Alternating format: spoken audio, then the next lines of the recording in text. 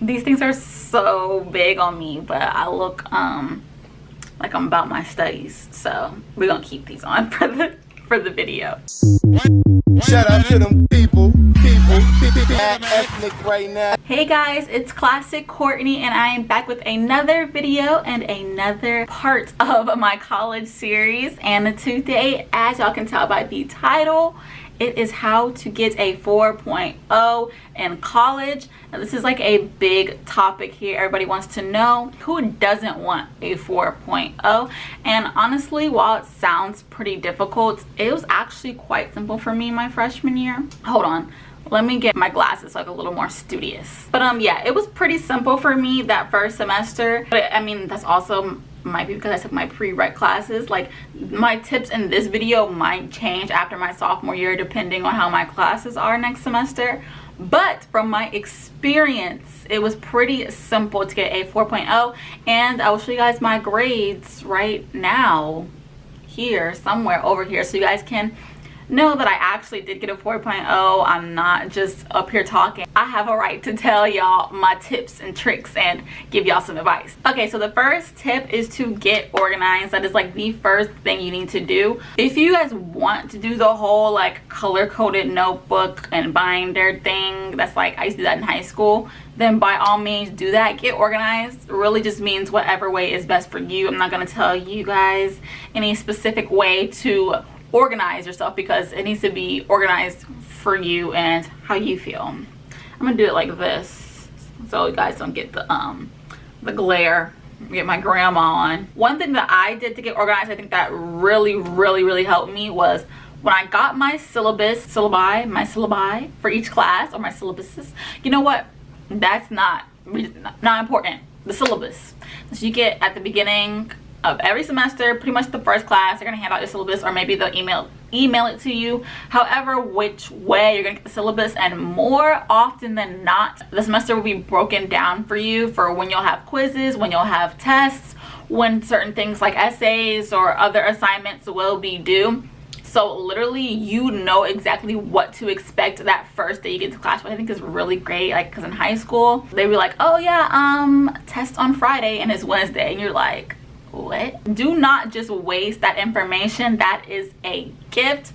What I did was I took all the information and I used Google Drive, and I used the sheets, Google Sheets. All I have to do is like type in 2018 calendar, and you will get a template, and it'll be a calendar, and you can write in everything, like when it's due and everything. So I'll pull up my calendar, see what I need to do, see what was coming up, what was due tomorrow that I need to do, if I had a quiz that I need to do, you know, just made everything really simple for me. And also, I chose to do all of my notes online on Google Drive, so I could access them anywhere, anytime. If I forgot my notebook, I wouldn't just be like stranded and couldn't do anything. It just made it really a lot easier for me. Basically, I would have a folder is say freshman year semester 1, and then in that folder I would have a folder for each class. I took about 5 or 6 classes my first semester, so I had like first year writing, college algebra, I had speech, so things like that. They would all have their own folder, and within the folder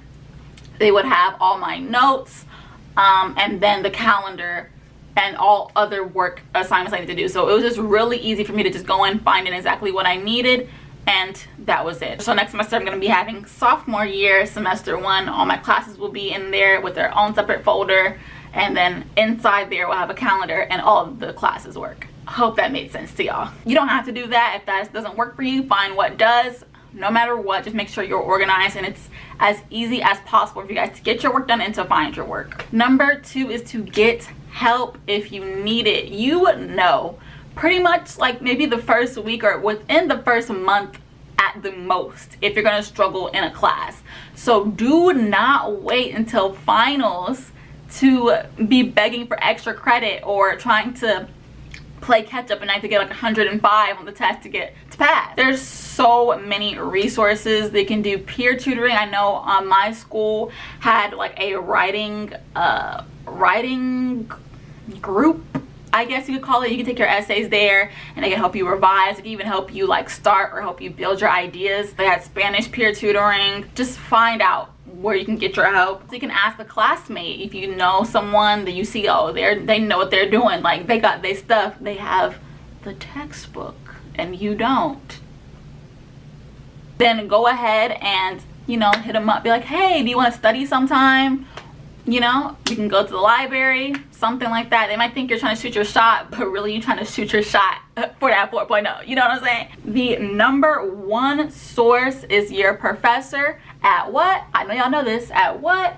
At office hours. When you go to office hours, especially in a class that you're struggling in, not only are you getting help straight from the professor, so you know for real, like, you're getting the correct information, but you're also building a relationship with that professor. So if they see that you're actually trying, you're putting in the effort, you can spend your free time however you want, but you're choosing to go to them to get help in their class. Like, duh, why wouldn't they help you out if at the end of the semester you're at like an 89 or like 88 and, you know, boost your grade up a little bit. But also you could definitely check on YouTube. YouTube has plenty of tutorials, especially with math, psychology. There's just like, it's endless. You know, you can search anything on YouTube and pretty much there's a video on it. And then also there's a website called Khan Academy, and I usually use that for math when I took calculus, and like, lifesaver. And the last tip, which is the most important tip, see, I told you it's easy. It's only 3 things you need to do to get a 4.0, but this is probably the hardest. It is to go to class. There are so many times where you're not going to want to go to class, but it's really going to catch up to you. And I'm not going to sit here and act like I went to every single class both semesters. There's been plenty of times where I have skipped class as well, but what I'm saying is to be strategic about it. Don't skip a class if you know there's a test on that day. Don't skip if you know you have a quiz. Don't skip if you have a presentation.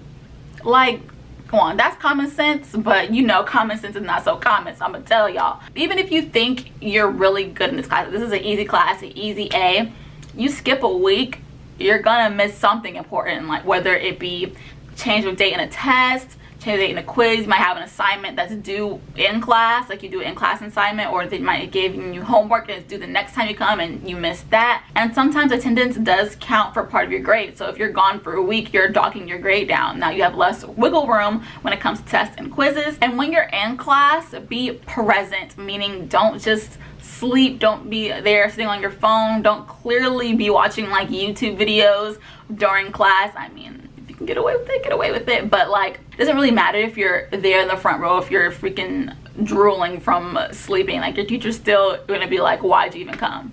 You know what I'm saying? So be there, be present, ask questions. Teachers love questions. Make sure they're good questions, make sure they're smart questions. Don't ask things just to ask, because they'll catch on to that too, and that gets annoying for everyone, not just the teacher, but for the people in your class as well. And if you do decide to skip class, which I know you probably will, just make sure you can ask a friend or someone in the class, oh hey, what did we do today? We had group meets for each class, so sometimes we would ask like, oh, what were you doing today, and see if you really need to go. Or just say, what did we do? They'd be like, okay, yes, I do this, blah blah blah, it's on Blackboard. And you'd be like, all right, bet, you're good, you still get your work done, you still got that A. Okay, I'm gonna take these glasses off because that glare is killing me. Hope this was informative for you guys, and I hope it gave you high hope of getting a 4.0.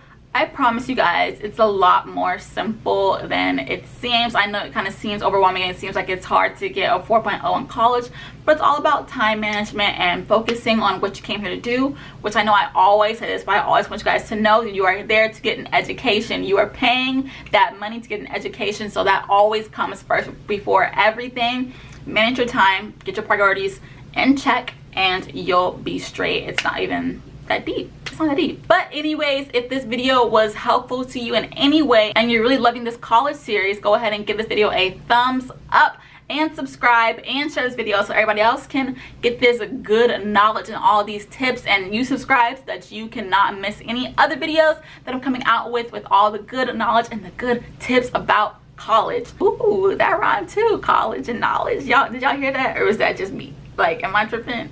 And guys, comment down below anything you want to see for this college series. Like I said, I have stuff planned, but I can always squeeze more videos in for you guys.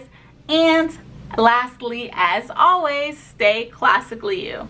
Bye guys. Mwah.